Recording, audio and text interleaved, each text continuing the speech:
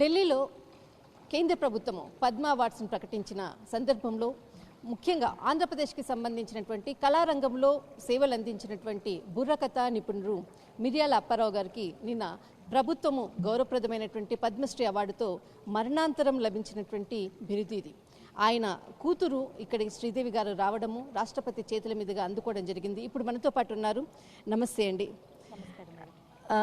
మొదట ఈ అవార్డు అందుకున్నది ఏ విధంగా ఫీల్ అవుతున్నారో అన్నది ప్రశ్నించడం కన్నా మరణాంతరము లభించినందుకు ఆయన ఏదైతే దశదిన కర్మ జరుగుతున్నటువంటి సందర్భంలో ప్రభుత్వం ప్రకటించింది, ఆయన లేని లోటు ఇప్పుడు మీ మనసులో చాలా బాధ ఉంటుంది.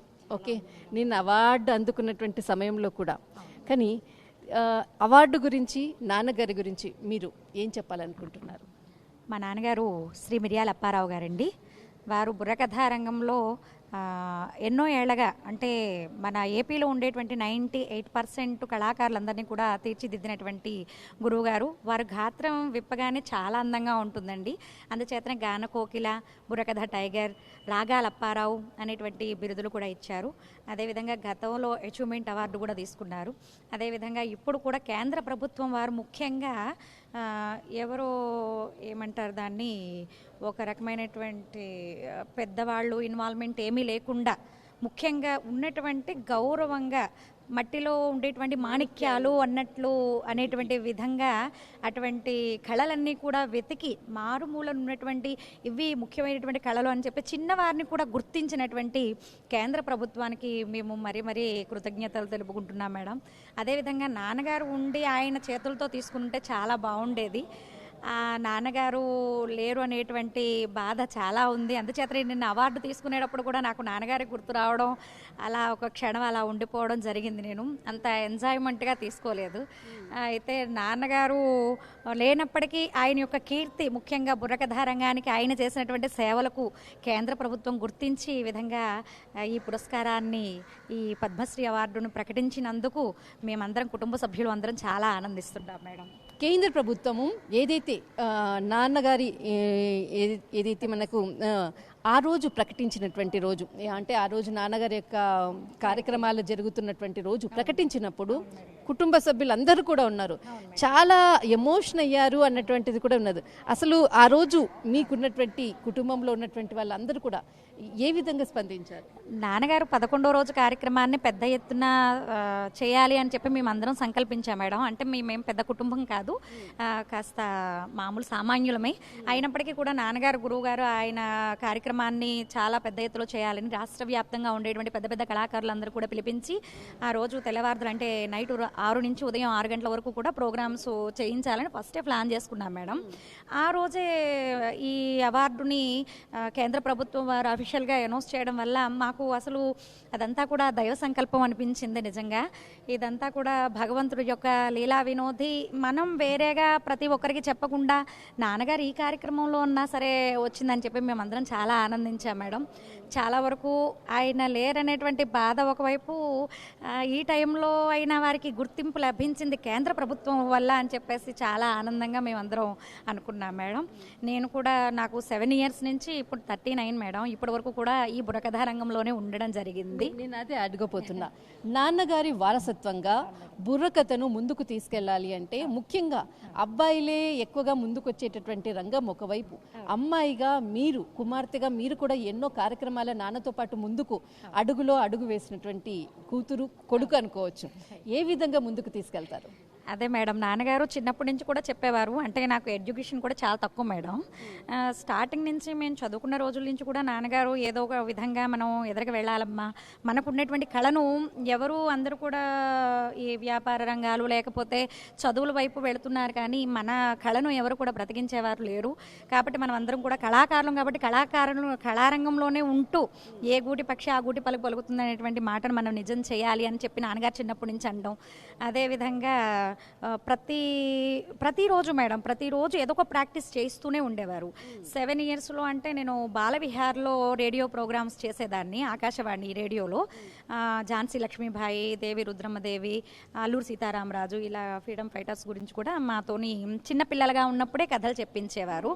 ఇక తర్వాత పెద్ద అయిన తర్వాత, వివాహం చేసిన తర్వాత మా వారు ఎడవల్లి విజయ్ కుమార్ గారు, వారు కూడా నన్ను ఎంతో సపోర్ట్ చేయడం, నీకు ఉండేటువంటి కళను ఇంకా ఎక్కువగా ఎదురుగా తీసుకువెళ్ళాలి అని చెప్పేసి ఆయన కూడా ఆకాంక్షించడం, ఆయన విదేశాల్లో కూడా ప్రోగ్రామ్స్ అరేంజ్ చేయించి మమ్మల్ని తీసుకుని వెళ్ళడం.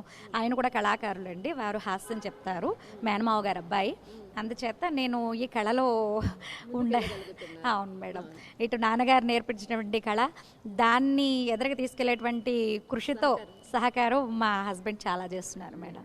ఇప్పటి వరకు ఏదైతే నాన్నగారితో మీరు చిన్నగున్నప్పటి నుంచి 7 సంవత్సరాల వయసు నుంచి కూడా మీ జర్నీ స్టార్ట్ అయింది, ఇప్పటి వరకు నాన్నగారు తిట్టినటువంటి సందర్భము, మిమ్మల్ని తప్పు చేస్తున్నావు అన్నటువంటి మందలించినటువంటి సందర్భం ఏదైనా ఉందా?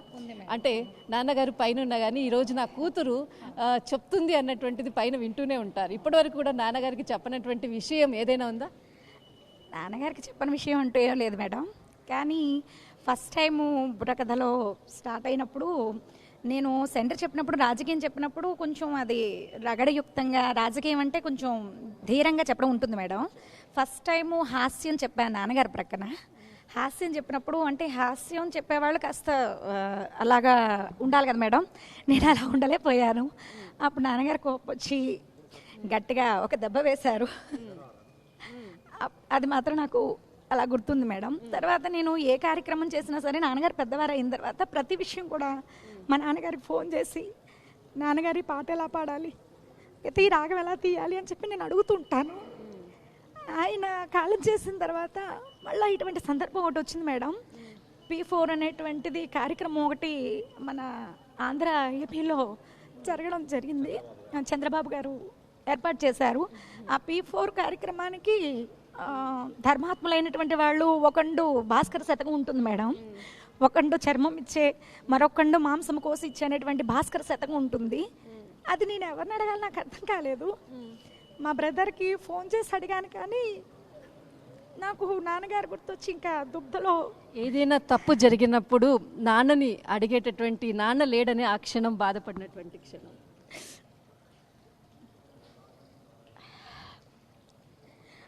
నేను స్టేజ్ ఎక్కిన ప్రతిరోజు మా నాన్నగారు గుర్తొస్తూనే ఉన్నారు మేడం. అసలు నాకు మా అమ్మగారు అంటే చాలా ఇష్టం, ఆవిడ కూడా కళాకారిణి.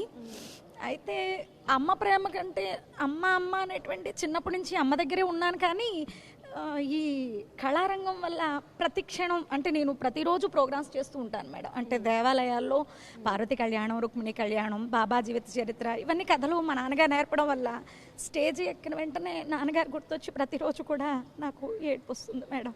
యాక్చువల్లీ నాన్నగారు ఆ లోటు అనేది మాత్రం పూడ్చలేదు.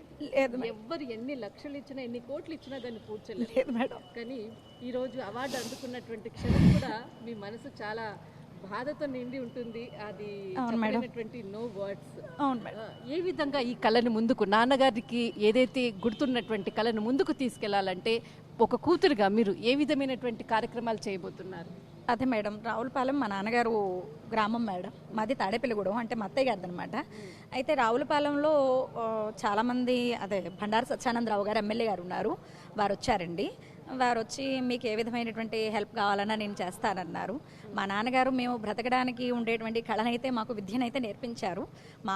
మాకుగా మీరేం చేయక్కర్లేదు సార్, మా నాన్నగారి పేరు మీద చిన్న ఆడిటోరియం ఏర్పాటు చేసినట్లుగా అయితే మిరియాల అప్పారావు గారని, మేము జానపద కళలకి, అంటే బుర్రకథ, హరికథ, కూచిపూడి భరతనాట్యం, కర్ణాటక మ్యూజిక్, ఇవి జానపద గీతాలు, ఇటువంటి కార్యక్రమాలన్నీ కూడా ఎవరైతే పిల్లలు నేర్చుకుందాం అనుకుంటారో వారికి ఉచితంగా నేర్పించడానికి మా కుటుంబం మొత్తం కూడా, అంటే మేము 3 అక్క చెల్లెళ్ళు ఉన్నాం మేడం, 4 అన్నదమ్ములు, అందరూ కూడా కళారంగంలో కూడా ఉన్నటువంటి వాళ్ళే.